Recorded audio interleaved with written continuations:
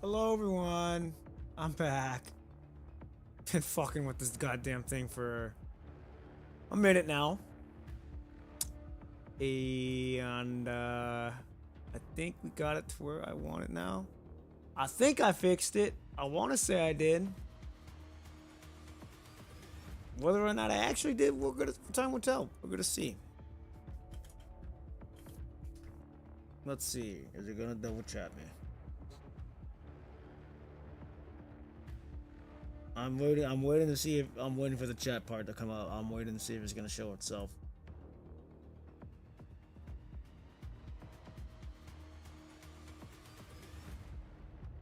I don't know if it's going to though.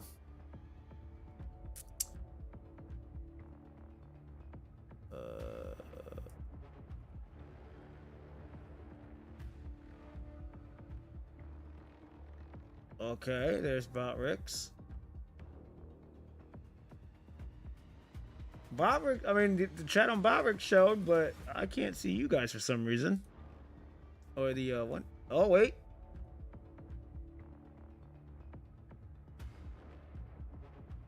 Okay, I think I fixed it. Hold on now. I think we good now. Oh, okay. All right, we're good. That was annoying. There we go. We're not doubling now. Open it up like this. There we go. Just like that. Okay. Woo! We did it. It's fixed finally. Finally.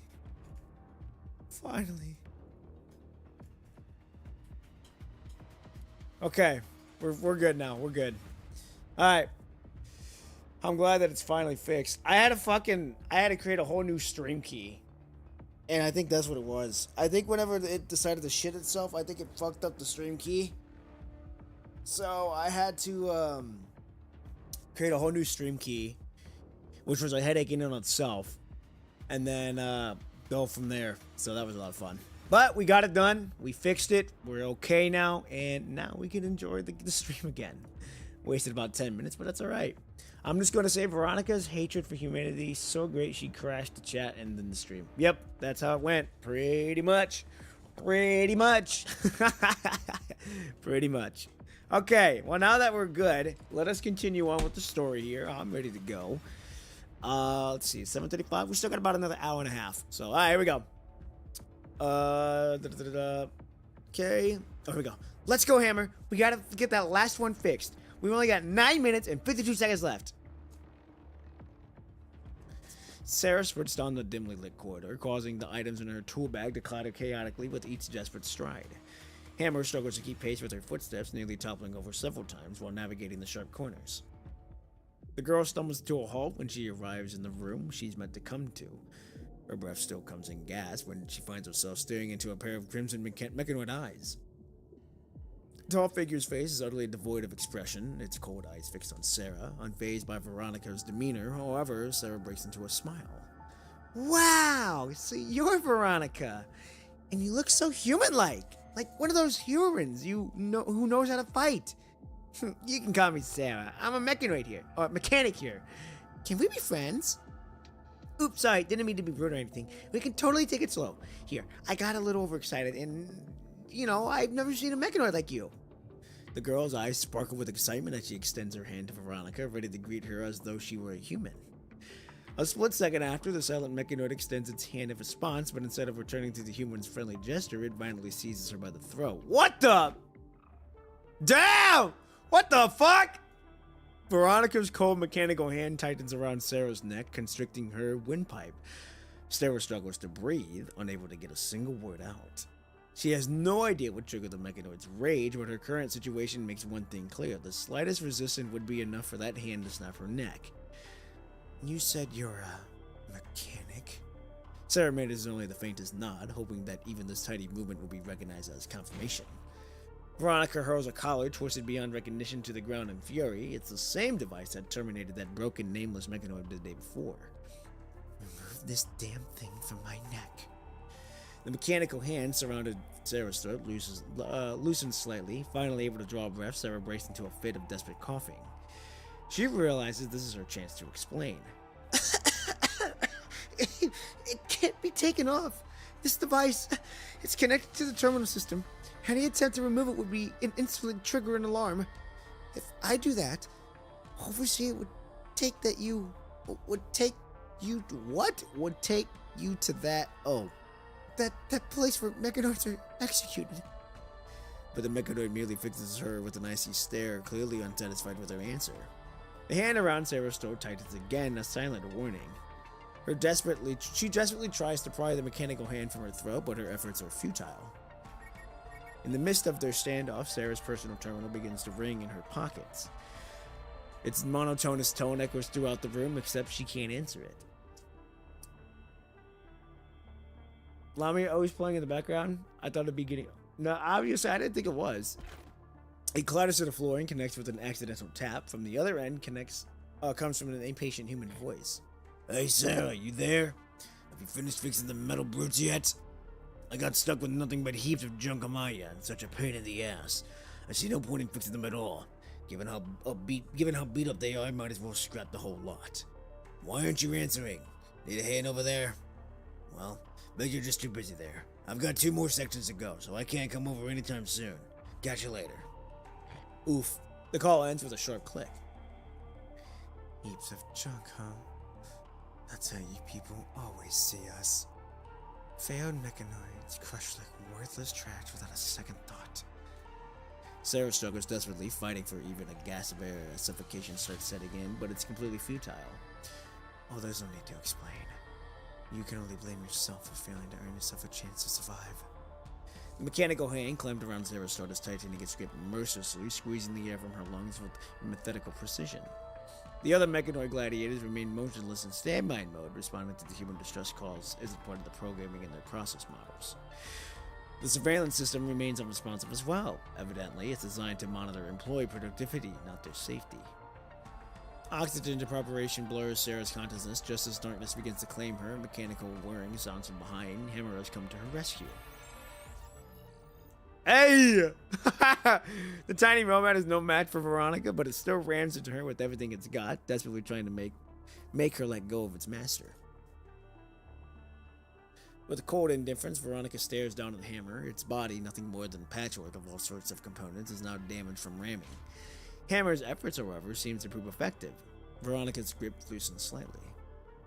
As Sarah catches her breath, she doesn't cry for help. Instead, she calls out desperately, Hammer! Stop that already! Pathetic. You really think this weapon of yours can put a dent in me? Uh-oh. Veronica's powerful tail lashes out, ready to crush the little robot in one swift strike. No! In desperation, Sarah twists her still-trapped body and swings her arm to intercept Veronica's tail. The impact and grunt are heard almost at the same time. Sarah's eyes glaze over her as her arm falls limp, blood streaming from the wound. Don't you dare hurt my friend! Forcing out these defiant words, Sarah appears oblivious to what's happening to herself and the greater danger that might ensure from these words. Friend. Veronica's gaze turns cold as she looks at the small robot, still futilely charging at her, then back to Sarah. Sarah, still frozen in terror moments ago, now stares back at Veronica without a trace of fear. The spark of courage in the girl's emerald eyes burn like an indistinguishable flame. How pathetically foolish. Oh my god, is it back again? What the fuck?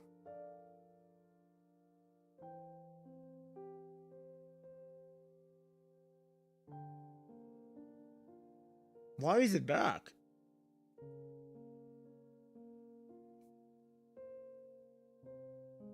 Okay. I'm gonna go on a limb here and say this is probably something I'll have to fix internally. Okay. Well. Okay. I'm not going through that trouble again to fucking fuck with it again. Why is it doing that? I really would like to know why it's doing that.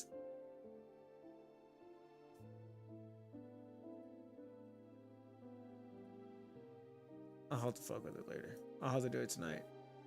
Alright. I'll have to do it after the stream. So I guess for now,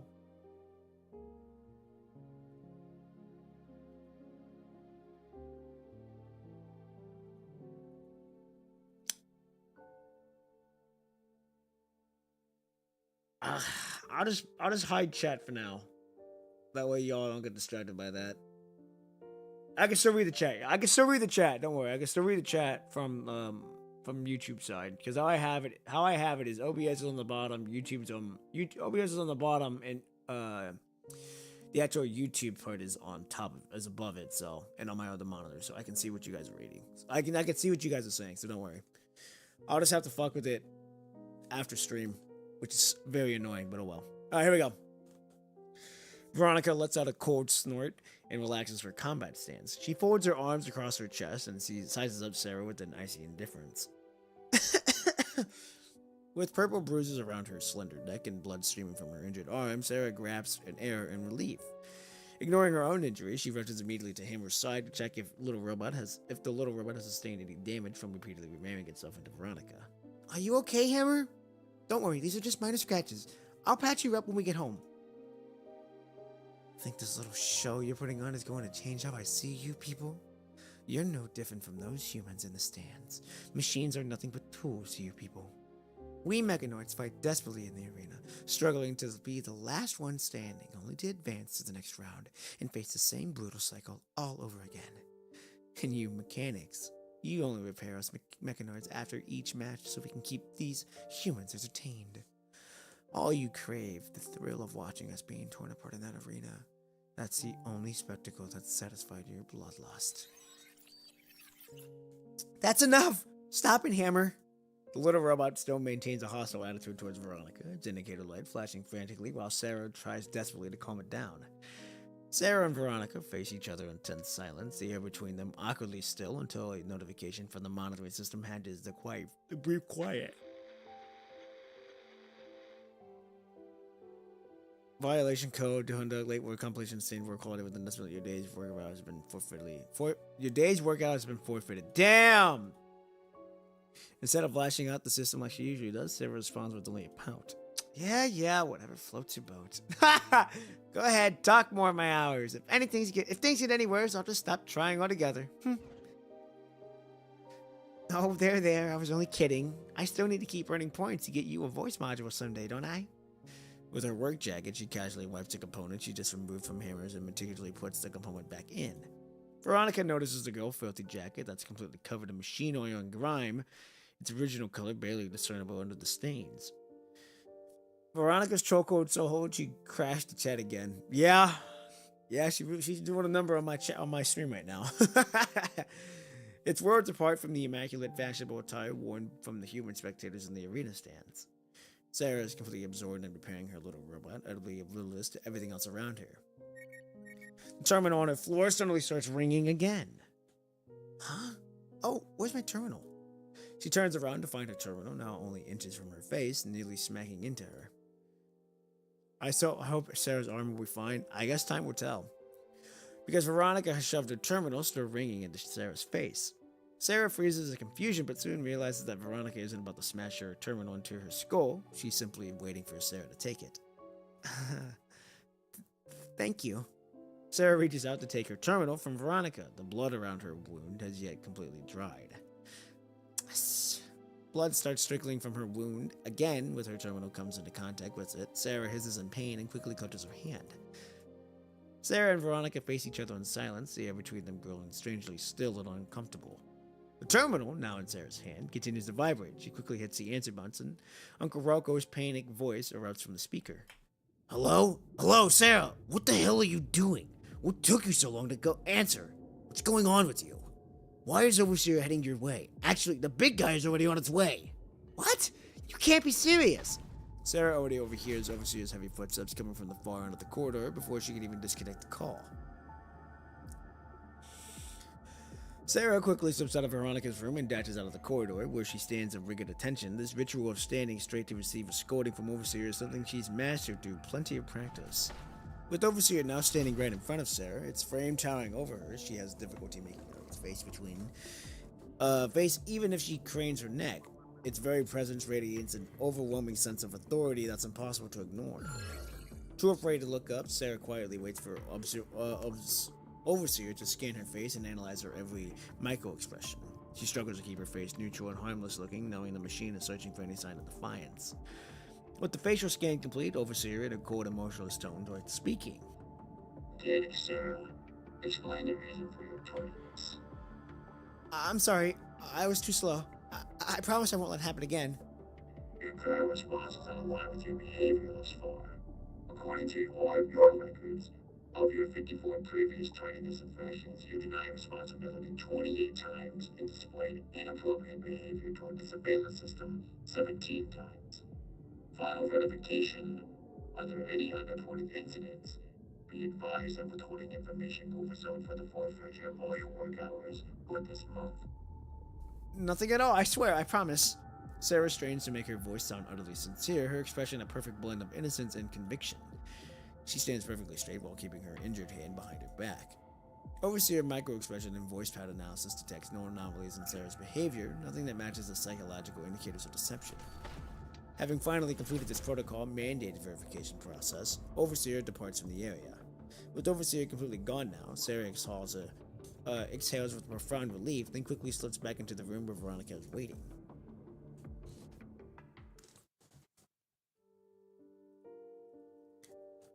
I'm here to work, duh. Oh, so stop giving me that look. They've already docked my pay for the day anyway, so what does it matter now? Your frame's taking some serious damage and needs some fixing if you want to win your next match. Sarah twirls a small wrench in her hand with a hint of swagger, seemingly trying to show off her expertise. Keep your filthy hands off my frame. Veronica coldly tosses a somewhat dirty piece of cloth towards Sarah and turns away without another glance. Silence occupies the room once more. But it doesn't last long before Veronica speaks again. Maybe next time. Ah, okay. This, Sarah figures, is a sign that Veronica has softened.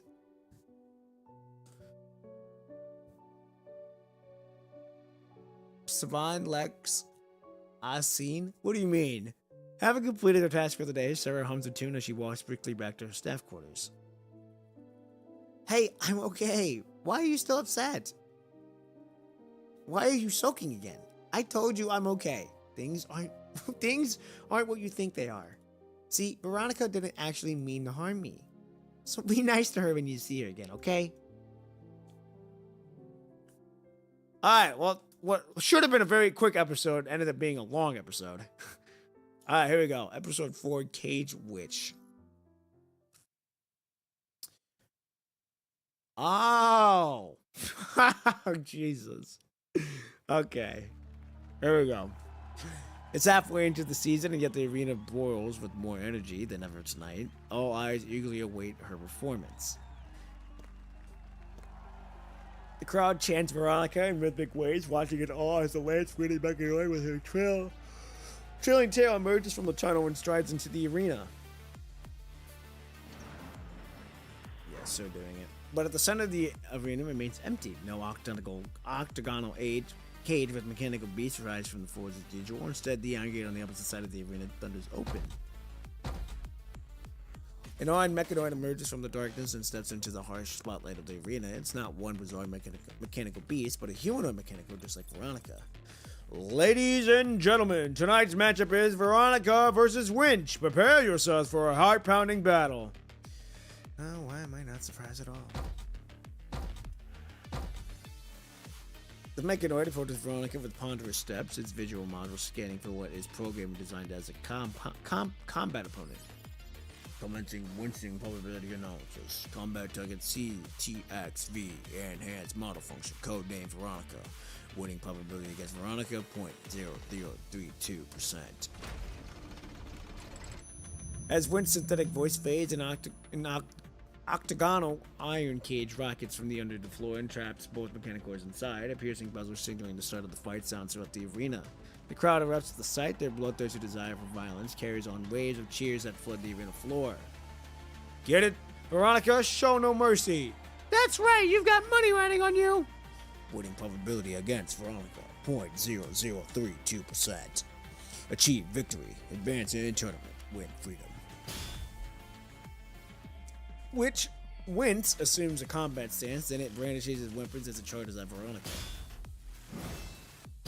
This cramped iron cage serves as the stage for their final performance, where the victor earns cheers while the loser faces only judgment and destruction. Wentz behaviors, components, and frame sensitivity are severely outdated, far inferior to the mechanical beast Veronica has defeated before. It simply follows its program attack mode and launches one predictable assault after another. Veronica knows that she can reduce his fragile mechanoid to scrap with just one counterattack. Her opponent simply stands no chance against her. But she can't bring herself to destroy her own kind, even though it's her only path to survival and advancement into this arena. Don't do this. I'm not going to fight you. Achieve victory, advance in tournament, win freedom. Her opponent, however, simply continues its program patterns of attack, showing no reaction whatsoever to Veronica's words. Can't you see? You have no chance of winning. Target locked, ready to attack. Mechanoid steps closer and delivers a swing that barely grazes Veronica. Do you have any idea what you're doing? Keep this up and I'll have no choice but to destroy you. The humans just want to watch us tear each other apart for their amusement. Facing a fellow mechanoid trapped in a broken logic loop, Veronica can no longer hold back. Her lance traces a gleaming arc through the air before crashing onto the ground with a tremendous force. She has no desire to destroy her own kind. Enough! Drop your weapon now. Lost offensive weapon. Winning probability against Veronica, 0.089%. Wentz, without a moment's hesitation, launches another powerful strike at Veronica. Veronica is now up against a wall with nowhere left to hide, leaving her with no choice but to absorb the full force of the incoming blow with her body.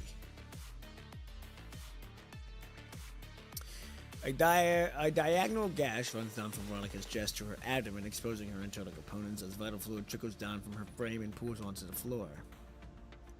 Winning probability, 0.127%. Continue attack. Enough! Stop this right now! We shouldn't be doing this! We should be working together to fight these humans out there! Veronica's words are what with nothing but another attack from Wentz, who, coming at her with everything he has, channeling its momentum into the strike. With it, Wentz's body lets out a harsh screeching of grinding, twisting metal. Rebooting, rebooting, rebooting. Wentz falters and freezes a few violent tremors later, however, it resumes its high-speed assault. But Wentz's attack misses its mark, its weapon slamming into the metal cage instead. Sparks fly as the massive blade comes wedged in between the bars. The momentum build up during its charge makes it impossible for the bulky mechanoid to control its movements. It continues hurtling forward without slowing even slightly. Unable to stop its momentum, Wentz impales itself on its own weapon. Vital fluid gutters from the huge wound in its frame. Chief victory advance in tournament. Win freedom.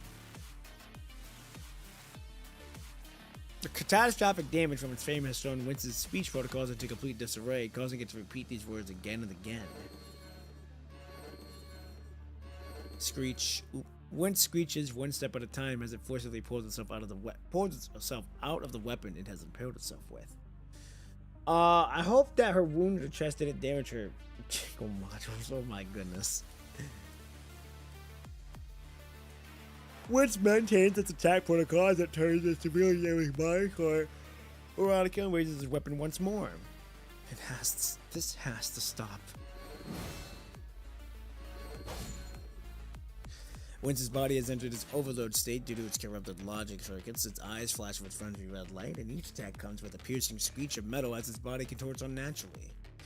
Left with no other choice, Veronica tightens her grip on her lance once more. With a powerful swing of her lance, the octagonal cage shatters with a thunderous crash. The shockwave blasts its frenzied mechanoid backwards and sends it crashing heavily to the ground. The components between its head and body have shattered, leaving only a few sparkling wires to keep them connected, yet Wentz continues to repeat the same meaningless words. Hooray! She did it! She won! Kill that piece of junk! When the long deadlock battle finally reaches its turning point, the crowd again erupts into cheers. They roar with anticipation, hungry for the highlight of every match. That is the moment when the victor completely destroys their opponent with its weapon. To the human spectators, the twisted and mangled mechanical gladiator is nothing but a tool whose complete destruction keeps them entertained. Yet Veronica, despite her victories, simply stands motionless, refusing to do so as expected. The crowd wastes no time lashing out against her. What are you standing there for? Finish it! Hey, what the hell you think you're doing, you long-tailed freak? She feels an invisible pressure behind her and turns to face Overseer, who now stands silently in the darkness beyond the arena, like death itself, passing judgment on the mechanical gladiator's fates. As with every previous match, this traitor has turned its back on mechanoids to serve humanity appears exactly where it's supposed to be, monitoring and recording everything that is happening on the arena floor. That one Spectre voice you did sounded like Mickey Mouse. She knows that Overseer is the one that operates the hydraulic press to execute the defeated mechanoid gladiators at after every match, a cruelty that remains an indelible nightmare in her conscious model. Commence execution, Veronica. Finally, she slowly raises her lance to aim at the tip of her kinetic core, the heart, that is, of her fellow mechanoid. Get on with it! Screw that worthless piece of junk! The red light on the mechanoid's eyes slowly fades, yet it continues to repeat the same fragments of broken speech. In those flickering optical sensors, there's no fear, no pleading, no for the mechanoid apparatus, only a simply programmed belief. Victory means freedom. Die! Amid the audience cheers, Veronica's lance cuts through the air with a resonant hum. A thunderous metallic impact kicks up a cloud of dust that immediately silences the bloodthirsty crowd. Except the lance doesn't pierce her opponent's body. Instead, it's driven onto the floor next to it. Having channeled her suppressed rage into this act of defiance, Veronica quietly retracts her lance and turns to leave the arena. Behind her, the crowd erupts into an evil lot of fury. What the fuck? What was that? Has that long piece of crap metal gone haywire or what? Does this match even count? I bet my entire life savings on this season. If it doesn't count, that means I just lost every damn cent? Veronica walks away with measured steps, deaf to the obscenities hurled from her from behind. Suddenly, she finds herself blocked by a towering figure. CGXB Enhanced Motion 5, codename Veronica. Your actions have severely violated arena regulations. Initiating disciplinary protocol. Traitor! Spare me your program garbage. Before Veronica can even finish her sentence, the restraint collar around her neck discharges a massive electric current. Pain surges through her entire frame, forcing her to drop to a knee. Gotcha players in the crowd. First offense, warning. Next offense, termination. Despite the excruciating pain, Veronica refuses to beg for mercy. Instead, she snaps her head up, her crimson eyes burning with defiance. You bastard. Target resistance detected. Escalating disciplinary protocol. Though its visual analysis freed, observer sees that Veronica refuses to yield to the intensified electrical current. Instead, she slowly uses her lance to support the rise back to her feet. Is that all you got? You think this is enough to make me bow to you? Don't make me laugh! You backstabbing traitor! You betrayed your own kind! Go straight to hell! She raises her lance and with what little strength she can muster, thrusts it at Overseer's mechanical core, but the cumulative damage from her frame from countless arena battles causes her attack to falter. The lance pierces Overseer's outer shell, but it deflects at the last second, missing its vital core.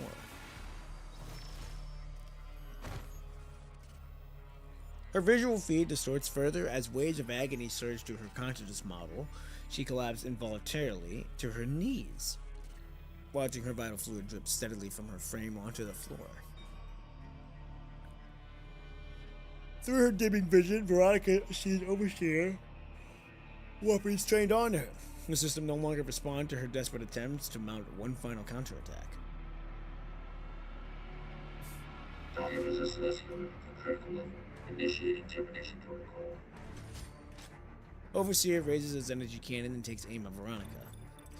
But just as the trigger is about to be pulled, a voice command with the highest authority interrupts Overseer's execution protocol. It's a human voice. Taking matters into your own hands isn't something I appreciate. You know full well whose property she is, don't you? The moment that voice reaches its audio receptors, Overseer freezes in place. This little incident today has convinced me she deserves a reward. Given how she revealed her most authentic self on the stage exactly as I thought she would, bump her up to the next round. You know what to do, don't you? Having issued the command, the human on the other end ends termination as a call. Yes, Master. You human lapdog! Overseer shows no reaction to Veronica's curse, now treating her as though she didn't exist. Having bumped up Veronica to the next match in his terminal system it has been instructed to, Overseer turns and walks back toward the steel-rolled arena. Though Veronica fading vision, the arena blurs as the human crowd erupts into wild cheers, punctured by the sharp, radiating sounds of a twisting metal. It's the sound of the hydraulic press again, operated by Overseer, as it pounds winds into scattered fragments of metal and circuitry. Yeah, don't stop, keep going! I can't smash that thing to bits! Stop it, bastard. The world around her gradually fades to darkness as she realizes her visual models are shutting down one by one.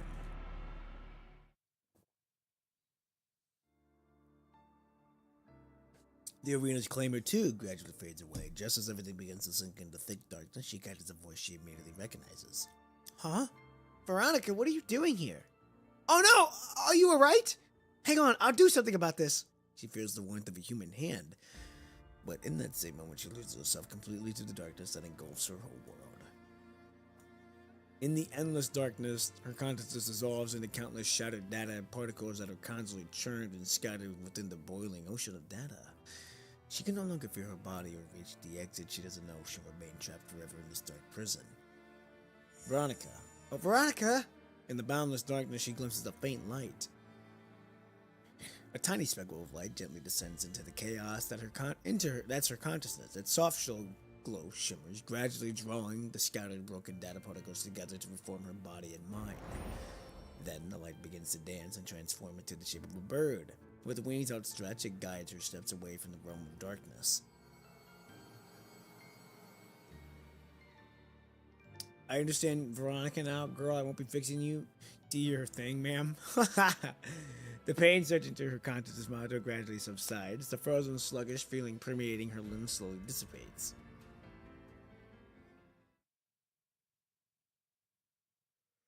She opens her eyes to find a pair of clear, yet green eyes looking back at her. Oh my, thank goodness! You?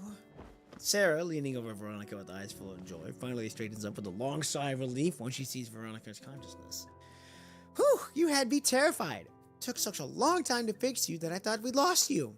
You know, I found you on the ground outside the arena, severely damaged. Luckily, I showed up when I did and brought you back here. But no worries, I didn't just fix you up, I also upgraded a bunch of your modules while I was at it. You're all set now. I'm an absolute beat, and I just want to lie down and do nothing now. Hey Hammer, grab me an energy drink, would ya? Thanks. Sarah flops onto the rest pod, embedded into the wall without bothering to remove her shoes. In one fluid motion, she grabs a drink from her mechanical arm of Hammer as she... from mechanical arm of Hammer as she scurries over, drowning it in a single gulp. Having recovered slightly, Sarah turns her head toward Veronica, still smiling, apparently waiting for the mechanoid to break the silence with questions. Only now does Veronica finally have a chance to have a look at the space she is in, a brightly lit room looking like the gladiator maintenance area, with personal belongings and repair tools scattered chaotically about. This is my room. A bit messy, I know, but call it organized chaos. I know exactly where everything's at. Why would you do this? According to what you said, none of this counts towards your work hours. Huh? What a weird question. You can't just leave a friend in danger. You help friends whenever they need it. That's just basic common sense. Work hours ain't got nothing on a friend's life, no? Sarah tilts her head slightly, eyes still twinkling with mischief, seemingly surprised that Veronica would even ask such a question. To her, this mechanoid seems someone she barely knew before has already been deemed a friend worthy of her full support. I like how she was also shocked when she said it too. A friend. You really didn't think I was going to buy that, did you? I am not what you call a friend. Oh, oops, sorry about that, my bad. Sarah sticks out her tongue playfully, but doesn't seem upset at all. She steers a glance at Veronica, relieved to find no trace of anger. She knows all too well that things would have ended well had she really gotten under Veronica's skin. Hammer no longer shows any signs of aggression toward Veronica. In its programming logic, this mechanoid is now classified as someone its master approves of. Good boy, Hammer. After a moment of silence, Veronica finally extends her hand and gently places it on Hammer's head. Sarah can't help but smile at what she's seeing. She hops down from the stasis pod. Seeing this, Hammer quickly returns to its master's side. Repair oil still smudges Sarah's cheeks and clothes, but she doesn't seem to care in the slightest, completely absorbed in her interaction with Hammer. She glances at Veronica every so often, trying to coax her into joining the game with her little buddy. Her smile radiates warmth as she treats Hammer not as some lifeless mechanoid, but with the same genuine joy she would once share with a dear friend. At the arena, Veronica has never seen a human brimming with such joy. Ow, ow, ow, ow, ow! Ouch, Hammer! Don't touch my wounds! Ah, that really hurts! Sarah, who's been happily playing with the little robot, suddenly winces in pain and stops. Veronica suddenly notices the vivid purple-red bruises marking Sarah's pale neck, a souvenir from their first violent encounter. Yeah? Her hand, which Veronica is also injured, remains wrapped in thick layers of bandages. Sarah notices Veronica staring and quickly covers the marks, looking slightly embarrassed. Oh, it's nothing really. They're gonna heal in a few days, but wow, you're incredibly strong. You really got me off guard back then. You don't need to act tough. Human bodies are pathetically fragile to begin with anyways. Though stung by what Veronica said, Sarah can't deny the truth of those words. Given their current situation, she merely responds with an awkward smile, offering no argument. According to you humans, this is when I would say, I'm sorry, no? Sarah never expected to get an apology from Veronica. While Veronica's faces remain as stern as ever, her apology leaves Sarah genuinely stunned.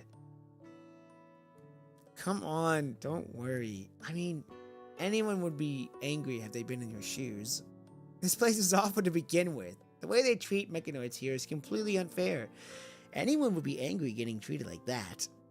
Sarah offers a reassuring smile, then walks to the workstation on the opposite side of the room.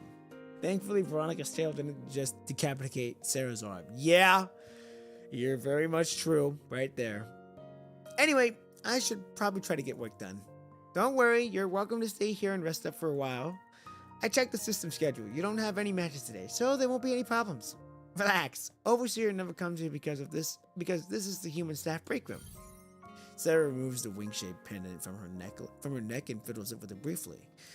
The unassuming trinket springs to life and projects holographic blueprints of several mechanoid frames.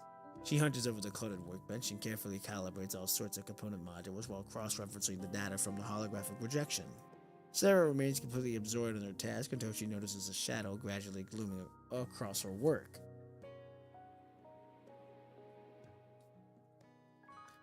Huh? She looks up to find Veronica's eyes fixed on her. They stare at each other in silence. Sarah has no idea when Veronica appeared or how long she's been standing there watching. What's up? Veronica doesn't answer. Instead, she leans forward, plants both hands on the workbench, and brings her face uncomfortably close to Sarah's.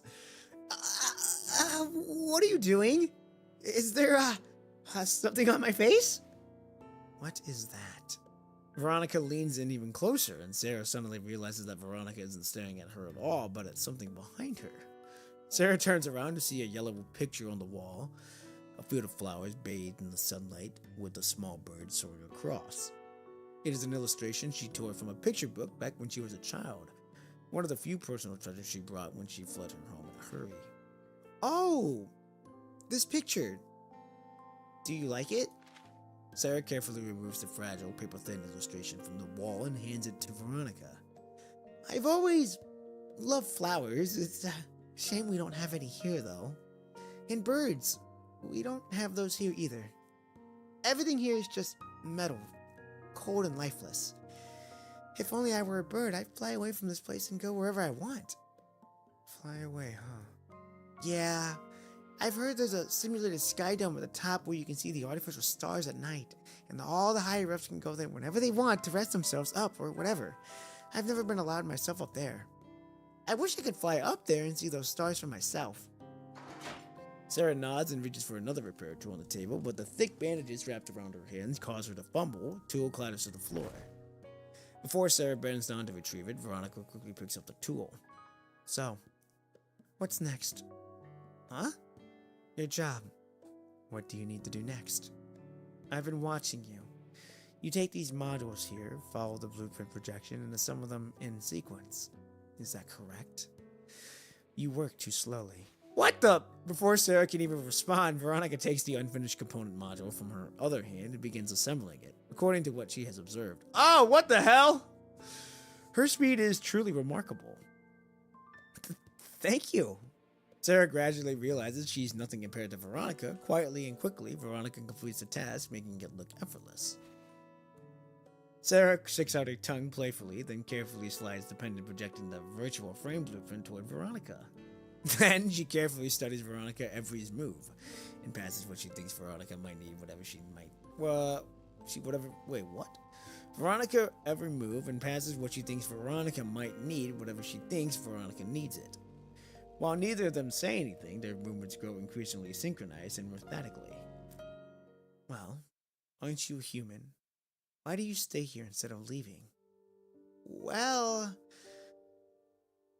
my father borrowed a bunch of money from the Everett courtesan at high interest rates, and when he couldn't pay it back, he had to work for them for free to settle his debt.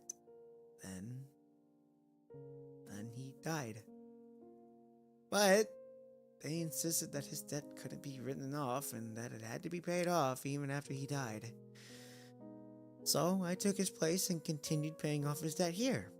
Basically, I do free maintenance work on the mechanical gladiators to pay down what he's owed. Anyway, there are only 2 humans stuck in this miserable situation in this entire arena. Me and Old Man Rocco, but I call him Uncle Rocco. Everyone else is just your typical high-ranking human staff. They're not like me. Overseer doesn't mess with them. Basically, they're free. Don't you feel even the slightest bit of injustice being their lapdog every day, begging for the scraps of their pity? Before Sarah even knows it, the mountain of component modules that were still covering their workbench moments ago was completely taken care of, bringing an end to their silent cooperation. Veronica grabs the wing-shaped pendant that projects virtual blueprints and tosses it back to Sarah. You should probably worry about yourself instead of wasting your cheap sympathy on mechanoids. If I were you, I wouldn't waste my time here waiting for some fantasized future to come. It's sad how you were pouring your heart out complaining about being a helpless prisoner here while wasting your time waiting. I'm not gonna beg for sympathy. I'm gonna fight until I drop, until I break free from this cage. Stop drowning in your childish fantasies and waiting to fly away from this place.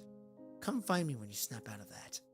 With it, Veronica turns and walks away, leaving Sarah standing frozen in place. She stares blankly in the corridor while Veronica disappeared, Veronica's words replaying in her mind. I'm alright. I've never told anyone else I want to fly away from this place. Luckily, I'm not alone. Well, guess I'll keep working on my little secret plan then. I'll definitely go and find you when I'm ready, Veronica. Ah, shit, they're gonna break free. They're gonna break free from jail. Sarah whispers in a voice so soft, only she can hear.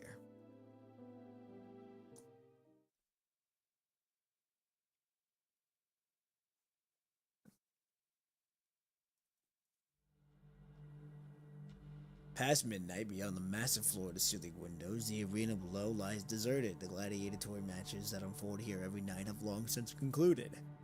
Yet within this chamber, someone continues to reveal a private celebration. Across the numerous monitors, various footage of Veronica plays on an endless loop.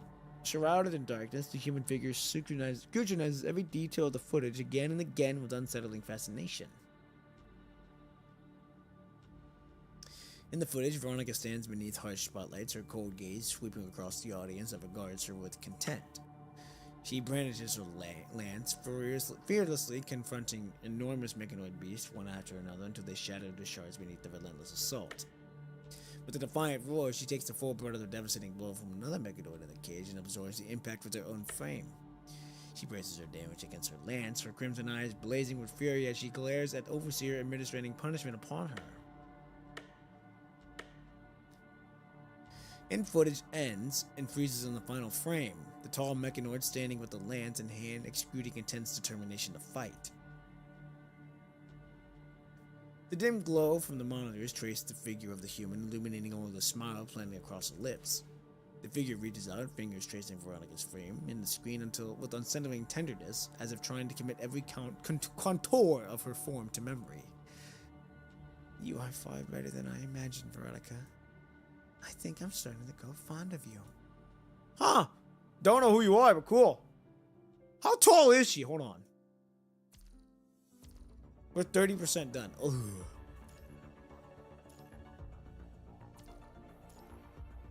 How tall is Veronica? I want to see. 170 meters. Ooh, that's 5'7", I think.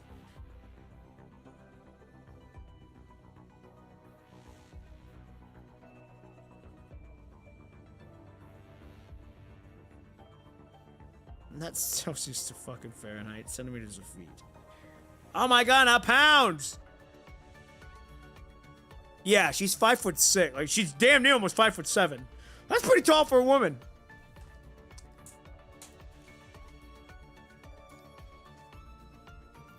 Alright, here we go. We're going back to episode 14. I just needed to know how tall she was. Because she said tall woman. I'm like, well, how tall is she really? Okay. We're on episode 5. We're 10 episodes away. We're moving pretty smooth. We're moving pretty good. So we're at 8:18. So we might be able to get to 2 more episodes. So that'll leave us at the halfway mark. So here we go. When machines break down, something. Late into the night, another arena match. I thought she'd be tall though. I thought so too. You would think with how they were portraying her, you would think she'd be taller, but like 5'6", damn near like, I'm gonna say 5'7", but 5'7". That's still pretty tall for a woman, but yeah, I would have thought she'd be like those Amazonian women's. If you saw One Piece, like they're kind of tall. Well, not really tall, they're kind of short, but you get what I'm saying. Like, you would think that she would be taller. Here we go. The crowd buzzes with excitement as people enthusiastically discuss the fierce battle as they just witnessed, completely oblivious to the bird-shaped drone silently circling overhead.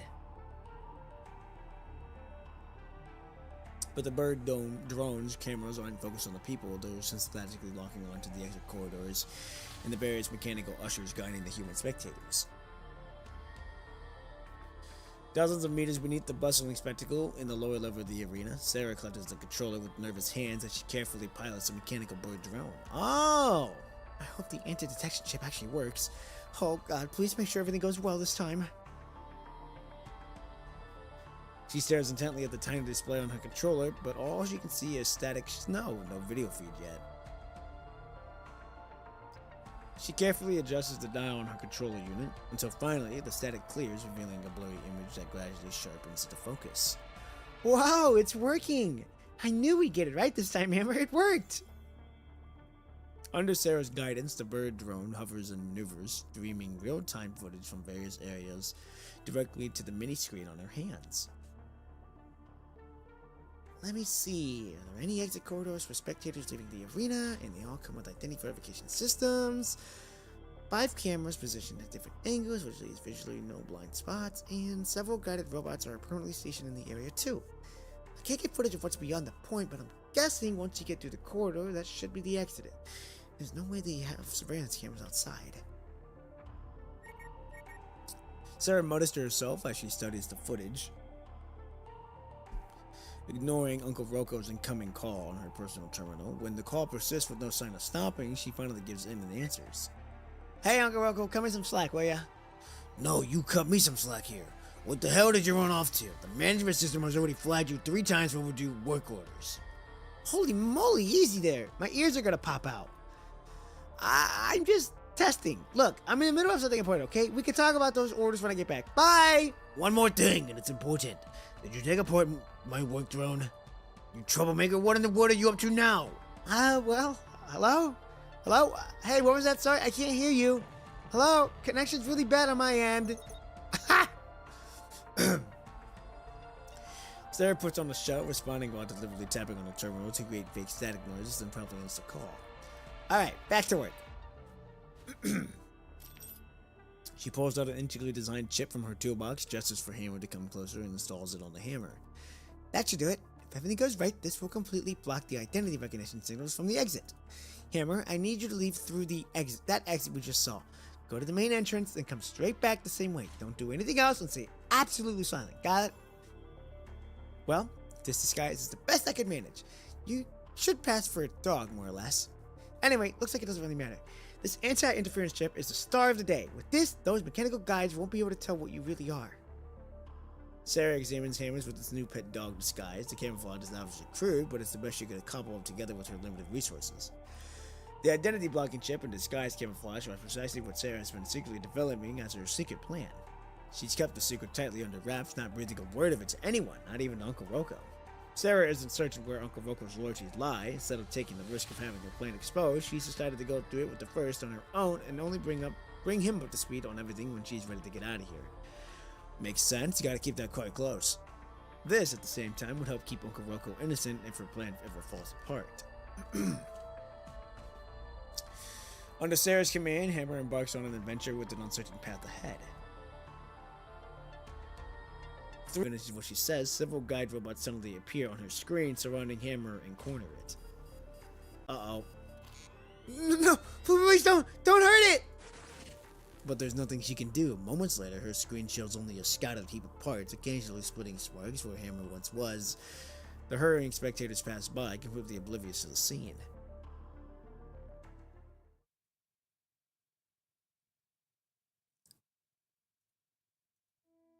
Several hours after her secret reconnaissance mission ended in failure, Sarah sits dejectedly in her room as she stares at the dissembled remains of Hammer. Quietly, she takes the tools Uncle Rocco hands her from across the table and carefully tries to piece together the scattered components one by one. Damn, bro! Fuck! I'm not gonna be able to cover your tracks if you pull a stunt like this again. I spent half the day arguing with the overseer until the big guy finally believed you were just running an experiment to test the sensitivity of the identification system. What kind of hard-branded scheme were you thinking of? Did you really think even for a chance of... Forget it. Oh, and another thing. Would it kill you to give me a heads up before you take my stuff? Looking irritated, Uncle Rocco holds up the mechanical bird drone. That's because I tried to reach you before I borrowed it, but I couldn't get through. I really love this thing, so... Well, you can have it then. Today's your birthday, isn't it? Yay! Thank you, Uncle Rocco! Rocco hands the mechanical bird drone to Sarah and takes on a serious look. Why did Overseer dock all of your hours yesterday? And you're bruised all over. What happened to you exactly? If you're in trouble, you need to tell me. Don't shut me out don't tell me out like I'm some stranger. It's nothing. Sarah pretends nothing is wrong, and she looks down and fiddles with the mechanical bird drone, avoiding Rocco's gaze entirely. Kid, I can always tell when you're lying. The moment you look at me in the eye is the moment I know you're hiding something.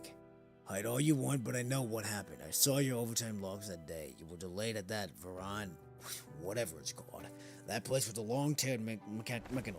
Her name is Veronica, not just some long-tailed mechanoid. And she's my friend. It's really rude of you to talk to her like that.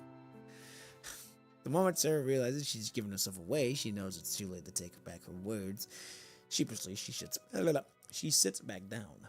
But once Sarah starts talking, she finds it impossible to stop. In one breath, she pours all her heart out. I don't know why, but the moment I saw her, I felt this connection with her. Part of it might be because she's this strong, cool, big sister type lady. Whenever I see her, I can't help but admire her. She does kind of give off that vibe. But more importantly, I feel like she has this certain... How should I put it? I guess that courage of rebel? Whenever Overseer shows up, I'm too scared to even speak. And all the other mechanoids fall in line too, but Veronica? She actually has the guts to stand up to it. That's just incredible. Anyway, I guess she's got something that I don't. I'm nothing but a coward who's too afraid to do anything I want to do. But when I'm with her, I feel this strange sense of safety. I know this sounds a bit weird, but that's honestly how I feel. Looking embarrassed, Sarah bows her head with a blush. Rocco stares at Sarah, looking as though he's looking at some weird creature he's having some trouble making sense of. Nope, you don't have a fever. That's all the overtime then. Irritated, Sarah swats away the old man's hand as he tries to check her temperature, but she puts away her mechanical bird and continues her desperate attempt to repair the battered pieces of hammer. You know what? You can talk to my hand from now on. Look, I know times are tough, but could you please stop being such a child? Sarah already found love. I wouldn't say that. Those metal things, those mechanical gladiators, no matter how powerful they are in the battle and how well they communicate with humans, are not people, Sarah. They can't be your friends.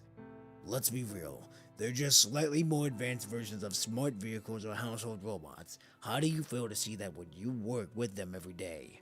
Open one up, and what do you find? Just parts and chips and whatnot. When they break, you fix them. They're obsolete, you replace them. That is how is anything like that a human being? They might not be friendly today, but a model upgrade tomorrow, they could suddenly see you as an enemy. But you, kid, you go around treating them like people, spending all that time repairing and upgrading them, and saying nonsense like, I hope they can all fight their way to freedom. Look, I'm being real here. If I were you, I'd do the bare minimum and just get away with those repair jobs and system assigned us.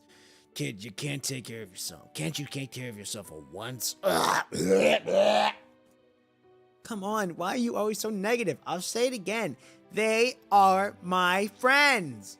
At least I'm not a certain boring old dude who spends half his free time trading work hours for cigarettes and booze, then stands around criticizing everyone else. At that moment, Harold, now finally fully repaired, coming back to life, regains functionality. The robot indicator lights blink a few times, signaling that it is now normal operating mode.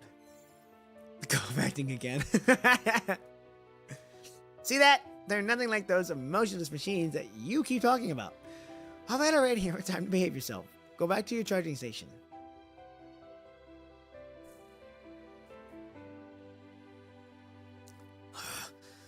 Fine, forget all this nonsense. You know how many work hours you're behind already? The old man can't speak anymore. He clutches his chest and winces violently, his face going contorted with pain by the second.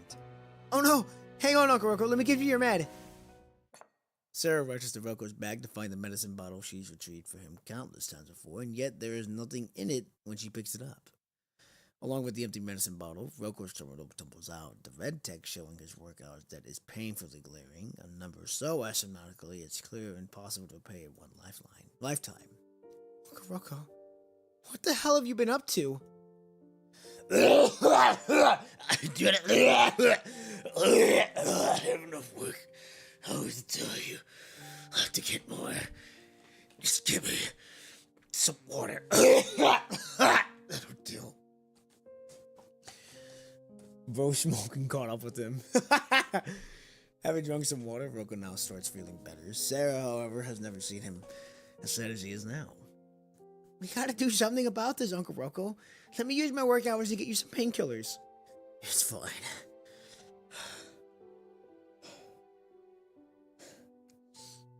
I'm used to it. Even if it hurts, it won't hurt for long. I ain't got much time left anyway. That sounds kinda nice if you think about it. I'll be free from being a slave in no time. This old bag of bows has a god in here. But you're still so young. You shouldn't waste your whole life here. Listen to me. Stop obsessing over those mechanoids and don't give Observer any excuse to dock your work hours. While you're still young, get out of here as soon as you can. And don't waste your work hours on this useless man.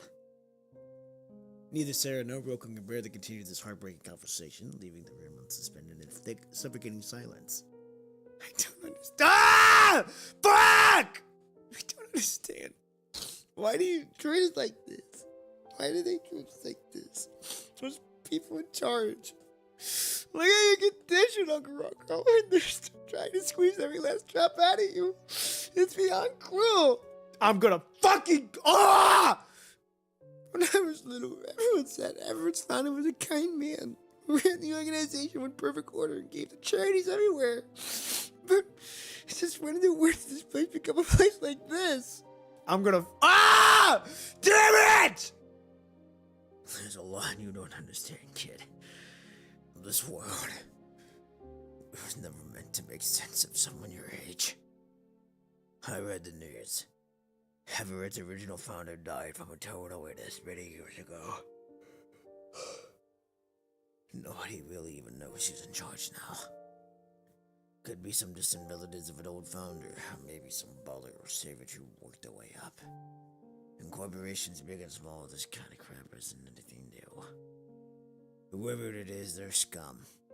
But then that scumbag of a mechanoid run this hellhole observer is cruel to humans and machines alike.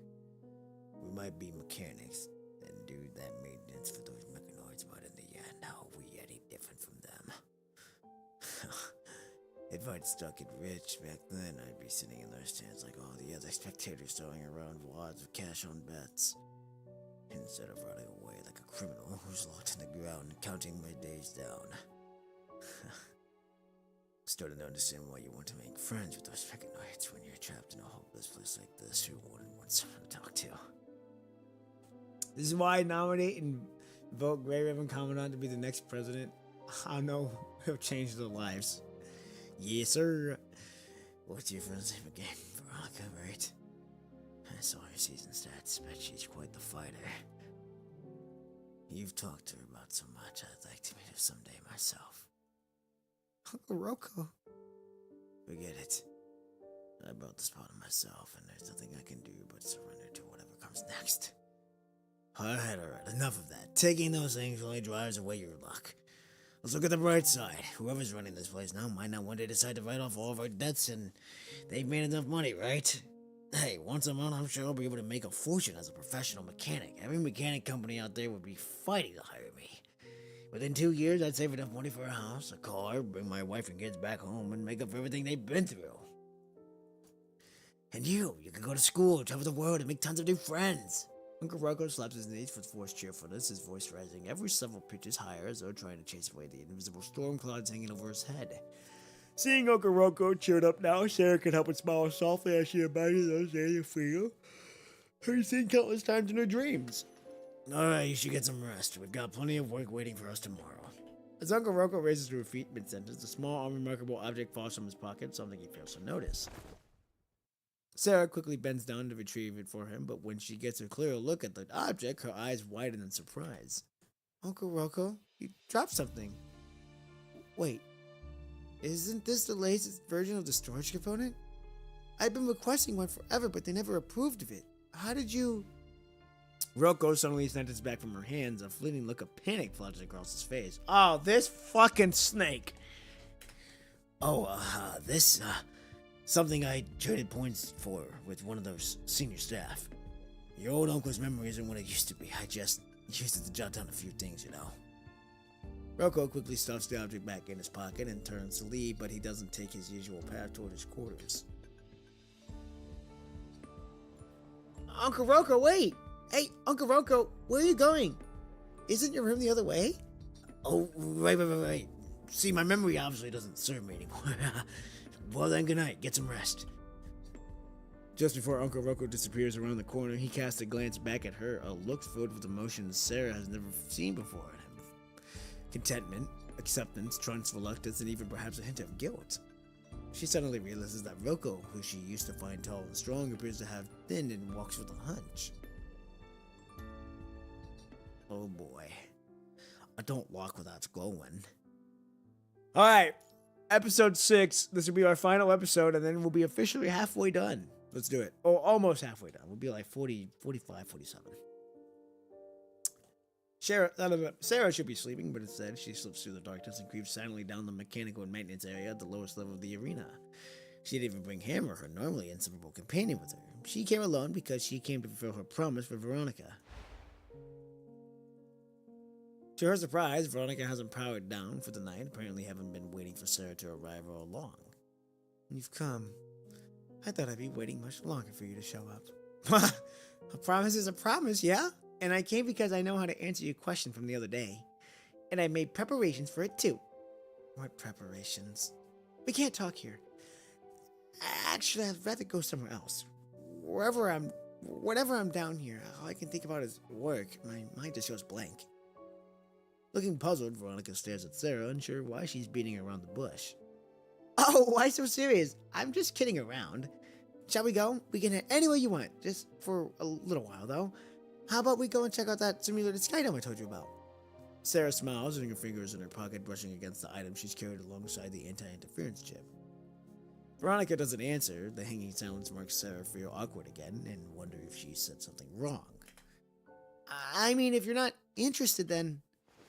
But Veronica stands up, grabs Sarah firmly by the wrist, and pulls her along without a word. Ha! Veronica moves with quick yet steady steps, keeping Sarah close to the walls as they proceed. At each corner, she cautiously looks up and checks for security cameras. Their footsteps echo through the empty hallways until they come to a halt before the security door leading to the uppermost level. The security door to the Sky Dome looms before them, the red light glowing to indicate it's locked. Veronica, completely unconcerned, readies herself to take the door with her razor-sharp claws, literally. But Sarah quickly stops her. Wait, that's gonna cause a scene! She pulls out a touch panel, connects it to the security system, and lets her fingers fly away on the keyboard. The security system lets out a crisp electronic beep as the red locked indicator switches to green. Sarah flashes a smoke smile at Veronica. Told ya, ain't got nothing on me.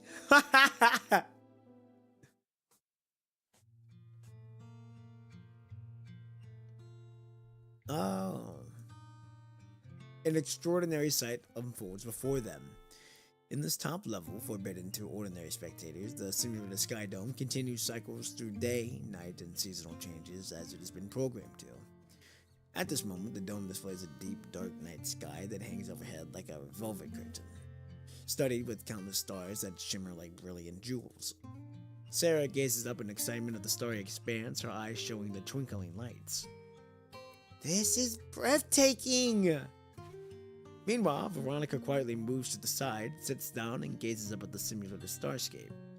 She seems to have left some space next to herself on purpose, a silent invitation for Sarah to join her. Sarah quietly sits down beside her. She carefully avoids the long tail that Veronica has casually draped nearby. The faint yet gentle starlight from the simulated sky bathes everything in a subtle, cool glow. Sarah can sense that something gentle is quietly beginning to bloom under the tough front Veronica has been putting up. Why did you take me here? What is it you couldn't say back there that you can't say here? Well, I just wanted to spend the day with a friend because it's my birthday. The girl glances sideways at the mechanoid who keeps her gaze at the starry expanse without objecting to being called a friend. Birthday? A birthday is like a mechanoid's activation date. Veronica, do you remember your activation date? I do. It's meaningless, though. On my activation date, I woke up in the lowest level of this arena, and the rest is history. Well, whether it's a birthday or an activation date, it should be special. And check out this little bird here. Today will be its activation date. With it, Sarah retrieves the mechanical bird drone, a gift from Uncle Rocco, from the toolbox at her feet and carefully wipes away the traces of oil from its shell. Hey! Come on now. This is such a good scene. God damn! Wow! Veronica's legs! Jesus! Oh my goodness! Respectfully.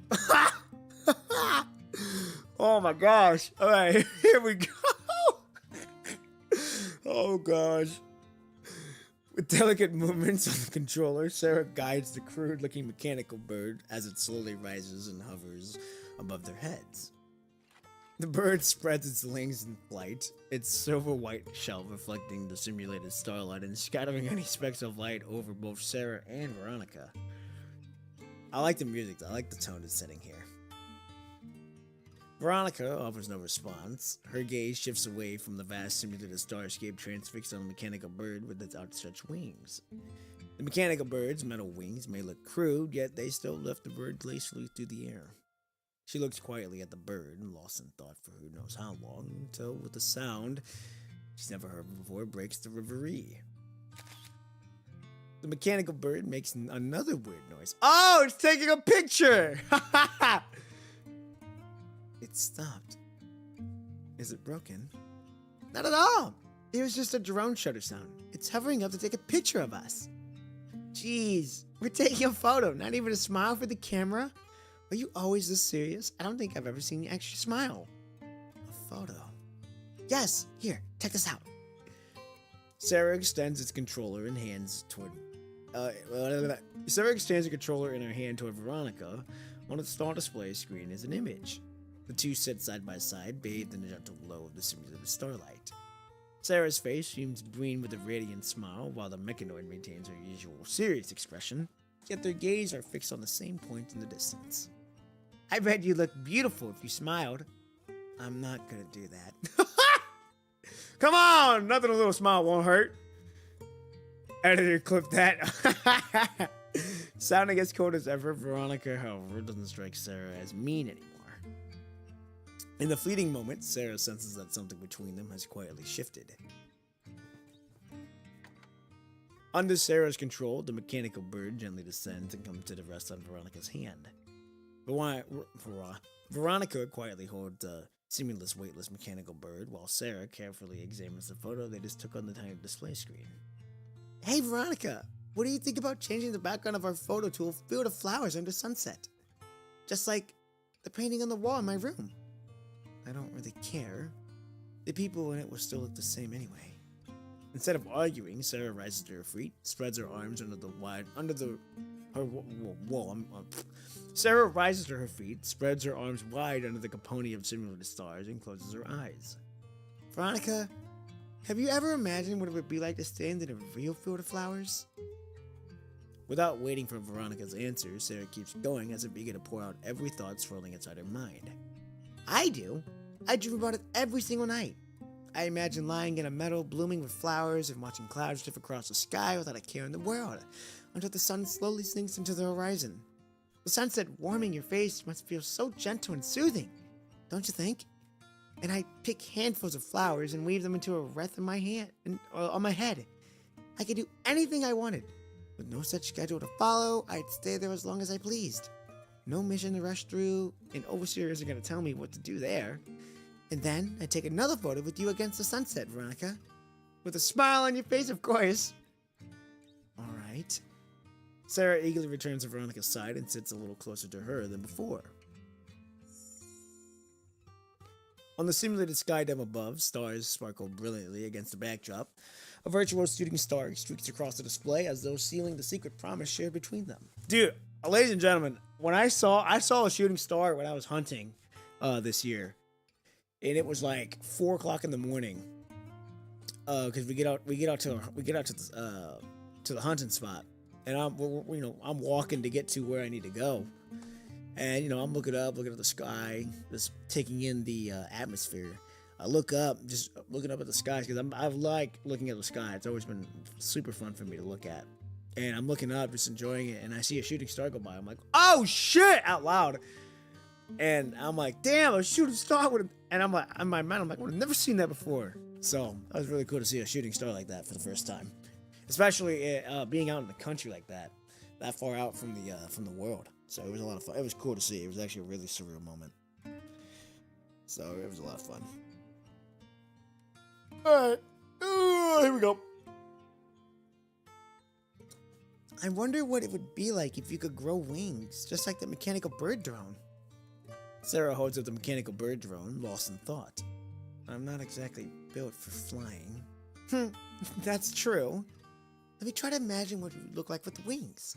Sarah stands intently at Veronica, deep in thought. So that's why Veronica has wings then. Ah, there! You'd look like a dragon. Dragon? Yes. When I was little, I saw pictures of dragons in a storybook. The kind with wings and long tails.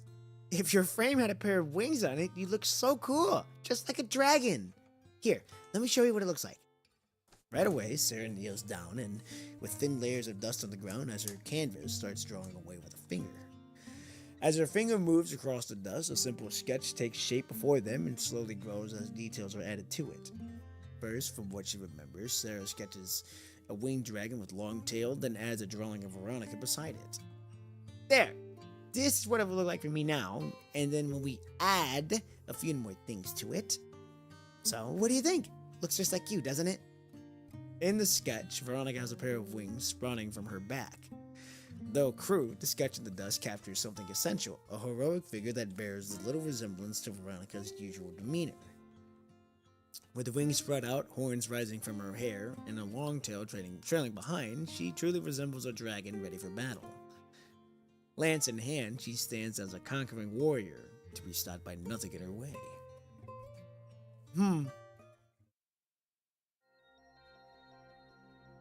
Aw, shit. Excited, Sarah hops toward her room, treasuring the secret promise they made, despite the fact that it's almost dawn. Not a trace of fatigue shows on her face. She hums happily to herself while the wing-shaped pendant dances lightly around her neck. Suddenly, footsteps echo from the end of the corridor, making her start with alarm. There shouldn't be any human staff around at this hour. Best part of staying in the country is always being able to see the stars so effortlessly. Yes. Yes, yes, yes. Before she can duck into a corner, a figure appears in her line of sight. Sarah only lets out a sigh of relief when she sees that it's Uncle Rocco. When their eyes meet, he shows a flash of surprise but quickly masks it. Sarah finds it weird to see Rocco here at this time because work doesn't start for him in another few hours. Huh? Uncle Rocco, what are you doing here so early? Oh, ran out of medicine. Feeling awful. This cough is keeping me up all night, so I thought a walk might help. Hey, are you really alright? Oh, wait, before I get, here's this. I traded in some work hours for this medicine. Take it for now. I'll get you more later. I'm getting sleepy now. Better catch some rest before my shift starts. Give me a shout if I'm not up in time, alright? Alright. Sarah waves goodbye and skips away, her light footsteps fading down the corridor. Alright. Whoo! Alright, that's gonna do it. It's gonna do it for today. We made some really good headway. Oh, we're not halfway yet. Well, I guess we could technically say we're officially halfway. Even though on paper we're not. But we're right there. We should be able to finish it up next stream, possibly, depending on how the pacing goes. And if stream doesn't want to shit the bed on me. But yeah, I'm really enjoying this chapter so far. And it makes sense now of why Veronica's frame is kind of like this. Gives some clarity on why she has wings like that and on stuff, because it makes you realize, like, oh, okay, so it's tied to the story on why she's got that and why she resembles a dragon. Because this story makes sense now why the story's like that. So like I said, I can see why a lot of people like this, and I can see why a lot of people didn't like this frame. Me personally, I like it. It connects to the story, makes it interesting enough, and I like the red and black. It goes pretty well together. So on top of that, you got the horns and the claws and the lance. So it's like you got a knight/pseudo dragon on top of it. So I honestly wished her wings were infused with her arms, but anyway, infused with her arms, I would have thought it'd be on her back. If it would have been on her back, that would have been cool. It's interesting how it's, on her hip bones next to her tail, but I mean, hey, it is what it is. But yeah, I really enjoyed this chapter, and let me check something really quick.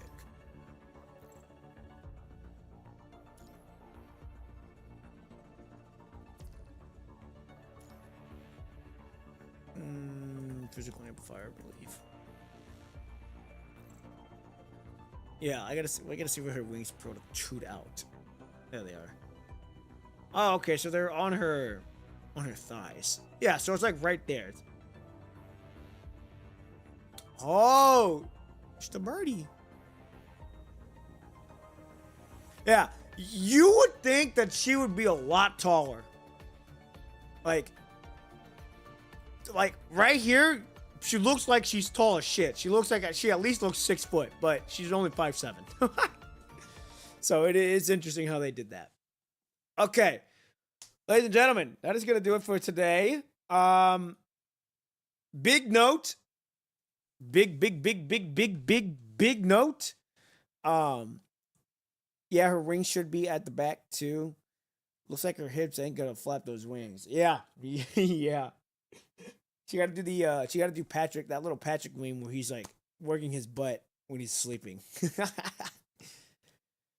I hope she at least towers over Commandant though. I don't know. I think we're tall on top of that. I believe, if I remember right, I believe we're tall.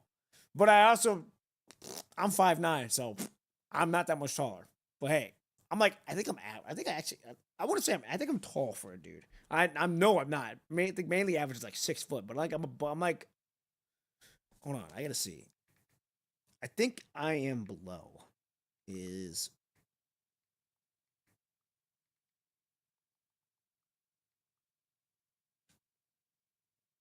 Yeah, I'm average height. 5'9" is generally considered average height.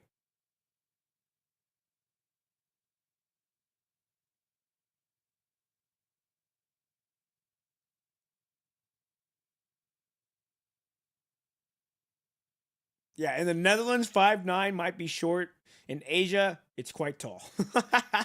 So I just got wherever I go into the world, I'll either be short or I'll be tall, one of the two.